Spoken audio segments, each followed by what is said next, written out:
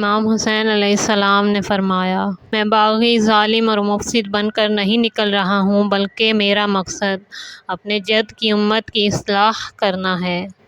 میں امر بالمعروف اور نہی عن المنکر کے طریقے سے امت کی اصلاح کرنا چاہتا ہوں۔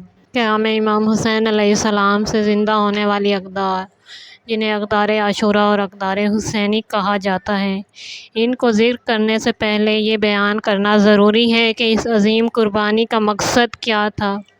اس المناک سانحہ کا تذکرہ صدیوں سے ہماری زبانوں پر ہے۔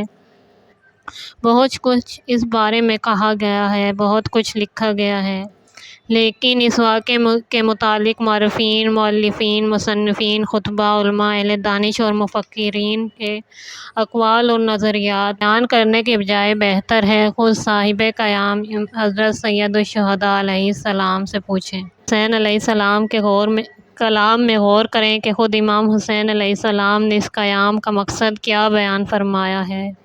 امام حسین جب مدینے سے نکل رہے تھے تو آپ نے اپنے دست مبارک سے محمد بن حنفیہ کے نام وصیت نامہ لکھ کر ان کو دیا۔ اس وصیت نامے میں آپ اپنے قیام کا مقصد یوں بیان فرما رہے ہیں، میں باغی، ظالم اور مفسد بن کر نہیں نکل رہا ہوں، بلکہ میرا مقصد اپنے جد کی امت کی اصلاح کرنا ہے۔ اس اصلاح کے لیے واحد طریقہ امر بالمعروف اور نہی عن المنکر کا طریقہ ہے۔ میں امر بالمعروف اور نہی عن المنکر کے ذریعے سے امت کی اصلاح کرنا چاہتا ہوں۔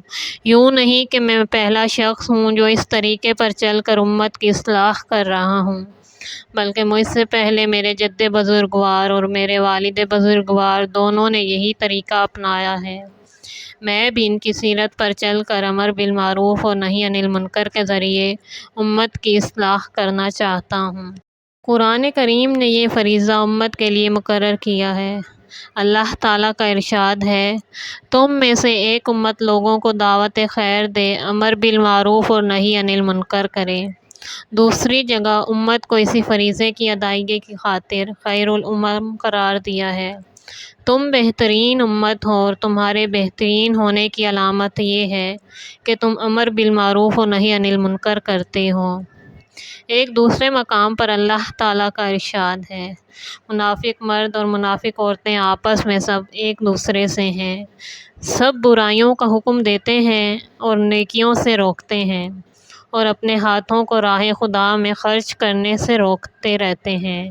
انہوں نے اللہ کو بھلا دیا ہے تو اللہ تعالیٰ نے انہیں بھی نظر انداز کر دیا ہے کہ منافقین ہی اصل میں فاسق ہیں۔ منافقین کے مقابلے میں مومنین ہیں کہ جو ایک دوسرے کے دوست ہیں، جو امر بالمعروف و نہی عن المنکر کرتے ہیں، نماز قائم کرتے ہیں، زکوٰۃ دیتے ہیں، اللہ اور اس کے رسول صلی اللہ علیہ وآلہ وسلم کی اطاعت کرتے ہیں۔ ان قریب خداوند ان پر رحم کرنے والا ہے، بے شک اللہ عزیز اور رحیم ہے۔ جعفر صادق علیہ السلام سے روایت ہے، ویل ہو اس قوم پر جو امر بالمعروف اور نہی عن المنکر کے ذریعے سے دیندار نہیں بنتی۔ امام رضا علیہ السلام نے فرمایا، امر بالمعروف اور نہی عن المنکر ضرور کرو، ورنہ فاسق، فاجر اور شریر لوگ تم پر مسلط ہو جائیں گے، پھر تمہارے نیک لوگوں کی دعائیں بھی مستجاب نہیں ہوں گی۔ رسول اللہ صلی اللہ علیہ وآلہ وسلم نے فرمایا، جب میری امت امر بالمعروف اور نہی عن المنکر کا فریضہ چھوڑ دے تو اللہ کی طرف سے عذاب کی منتظر رہے۔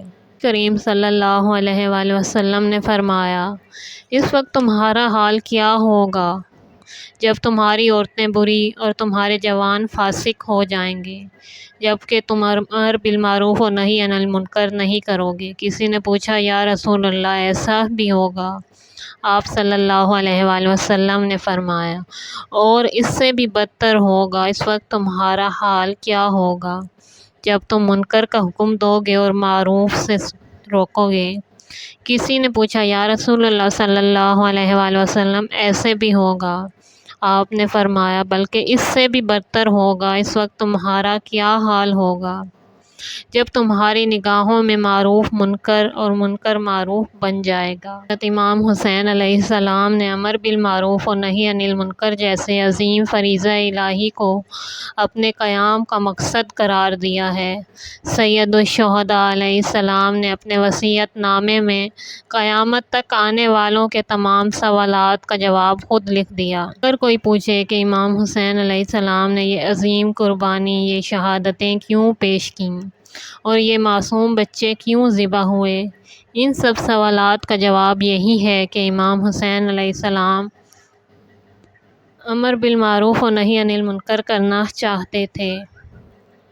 امر بالمعروف سے مراد کسی کی زندگی میں بے جا مداخلت، روکنا ٹوکنا، کسی کے مزاحم ہونا نہیں ہے، کیونکہ کبھی ایسا بھی ہوتا ہے کہ معروف کے نام پر منکرات پھیلائے جا رہے ہوتے ہیں، جبکہ کبھی منکرات کے نام پر معروف سے لوگوں کو روکا جاتا ہے، اس لیے کہ ایسے لوگوں کو نہ تو معروف کی شناخت ہے اور نہ ہی منکر کی پہچان ہے۔ مرتضیٰ مطہری فرماتے ہیں کہ امر بالمعروف کے نام پر جتنے منکرات لوگوں نے پھیلائے ہیں، کسی اور عنوان سے اتنے منکرات نہیں پھیلائے گئے۔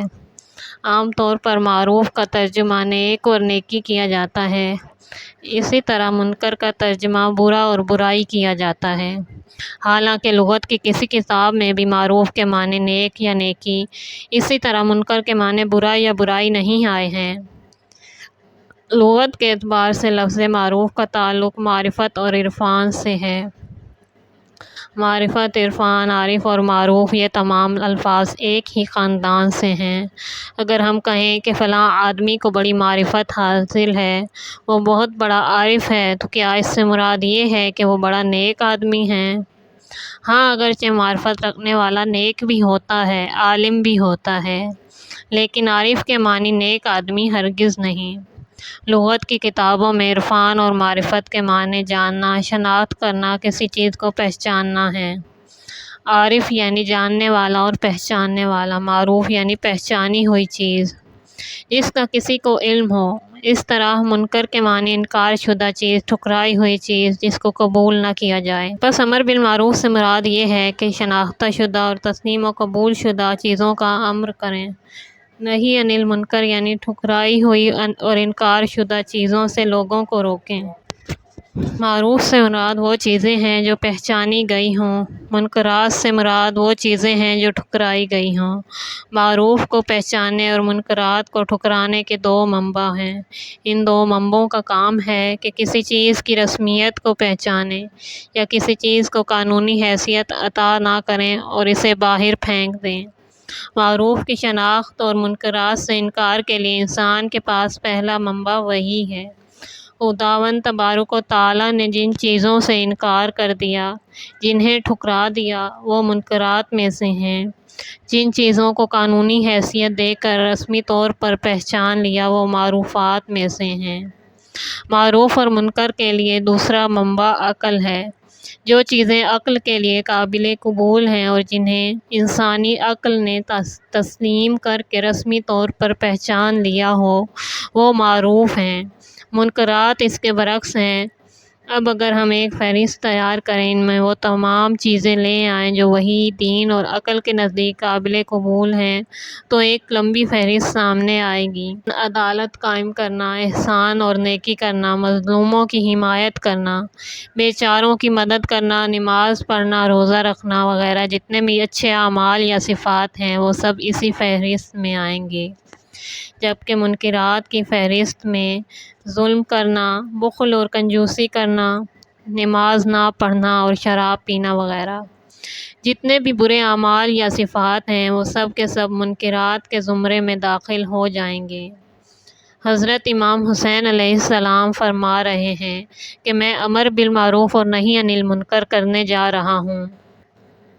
میں ان چیزوں پر امر کرنے آیا ہوں جنہیں خدا نے اور تمہاری عقل نے تمہارے لیے تسلیم کیا ہے، اور جن چیزوں سے تمہیں روکا ہے، ان سے منع کرنے کے لیے نکل رہا ہوں۔ یعنی وہ انسانی، قرآنی، دینی اور اسلامی اقدار، دین کی ترویج کے لیے، جن کو پھیلانے اور احیاء کرنے کے لیے، انسانوں کے اندر متعارف کروانے کے لیے، انبیاء علیہم السلام یکے بعد دیگرے مبعوث ہوئے تاکہ انسانوں کو ان اقدار کی طرف رہنمائی کر سکیں اور ان عالی اقدار کے مقابلے میں منفی صفات، ٹھکرائی گئی صفات اور منکرات سے انسانوں کو بچا سکیں۔ پس معروف و منکر در حقیقت دو قدروں کا نام ہے۔ انسانی اور الہی اقدار کا نام معروف ہے، منفی اقدار، غیر انسانی صفات، تمام برے اعمال اور صفات کا نام منکر ہے۔ یہاں سے معلوم ہوتا ہے کہ اقدار کے دو حصے ہیں۔ ایک حصہ وہ اقدار ہیں جنہیں وحی اور عقل نے تسلیم کر کے رسمیت سے پہچانا ہو، جبکہ منکرات وہ حصہ ہیں جنہیں ٹھکرا دیا گیا ہو، رد کر دیا گیا ہو اور نہ ہی خدا نے تسلیم کیا ہو اور نہ ہی عقل نے قبول کیا ہو۔ لیکن کبھی ان اقدار کا نظام بدل جاتا ہے اور لوگ یہاں تک آگے بڑھ جاتے ہیں کہ منکر کو معروف اور معروف کو منکر سمجھنا شروع کر دیتے ہیں، جیسا کہ رسول اللہ صلی اللہ علیہ وآلہ وسلم سے مروی حدیث میں بھی آیا ہے۔ اس وقت تمہارا کیا حال ہوگا جب معروف منکر اور منکر معروف بن جائے گا۔ قرآن کریم میں امر بالمعروف اور نہی عن المنکر کا فریضہ تمام امت کے لیے قرار دیا گیا ہے، لہٰذا امام امت کا بھی یہی فریضہ بنتا ہے کہ امام امت جب مشاہدہ کرے کہ قدروں کا نظام بدل گیا ہے، امت خاموش تماشائی بنی بیٹھی ہو، تو خود امام امت تن تنہا اس نظام اقدار کو بچانے کے لیے اقدام کرتا ہے، جیسا کہ امام حسین علیہ السلام نے یہی فرمایا کہ میں امر بالمعروف اور نہی عن المنکر کرنا چاہتا ہوں۔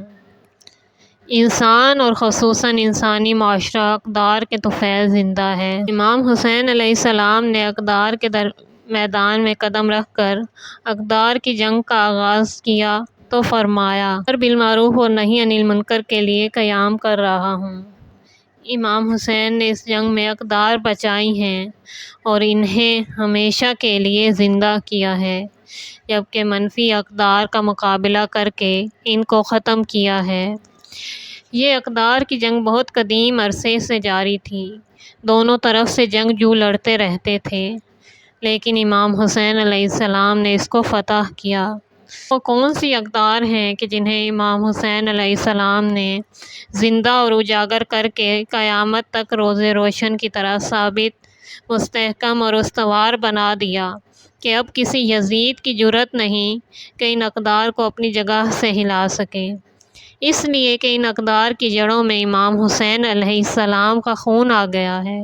امام حسین کے اصحاب اور اولاد کے خون سے ان کی آبیاری ہوئی ہے، ناموس حسین علیہ السلام کا جہاد اس میں شامل ہے۔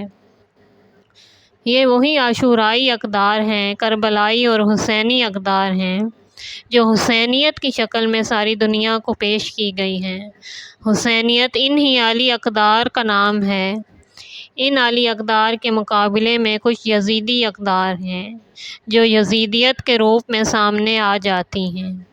یہ وہی منکرات، شیطانی اور غیر انسانی اقدار ہیں جن کو امام حسین علیہ السلام نے ختم کر دیا۔ لہٰذا اب حسینیت اور حسینی اقدار کو بچانا ہے، یزیدیت اور یزیدی اقدار سے مقابلہ کرنا ہے۔ اسی لیے امام حسین علیہ السلام نے بھی فرمایا، مجھ جیسا یزید جیسے کی بیعت نہیں کر سکتا۔ آپ نے یہ نہیں فرمایا کہ میں یزید کی بیعت نہیں کرتا، بلکہ فرمایا مجھ جیسا بھی ہوگا اور یزید جیسا بھی ہوگا، یعنی یہ دور تکرار ہوتا رہے گا، اقدار کی جنگ بار بار آتی رہے گی، تو اس وقت مجھ جیسا اٹھے گا، امر بالمعروف کرے گا، اقدار کی جنگ لڑے گا، یزید جیسوں کو منکرات پھیلانے سے روکے گا، انہیں دینی اقدار کو مٹانے سے باز رکھے گا۔ بس جو بھی امام حسین علیہ السلام کی طرح اٹھے، حسینی اقدار کو اپناتے ہوئے یزیدیت کا مقابلہ کرے، وہ حسینی ہے۔ حسینی چاہتا ہے کہ حسینی اقدار حاکم ہوں، یزیدی چاہتا ہے کہ یزیدی اقدار اور منکرات کی حکومت ہو، اور یہ مقابلہ ہمیشہ رہے گا، یہ اقدار کی جنگ ہمیشہ ہوتی رہے گی۔ البتہ عاشورائی اقدار اور حسینی اقدار کو بچانے کے لیے ان کو پہچاننا ضروری ہے، تاکہ ہم انہیں اپنا کر حسینی بن سکیں۔ ان کے مقابلے میں یزیدی اقدار کی پہچان بھی ضروری ہے تاکہ ہم ان کا مقابلہ کر سکیں۔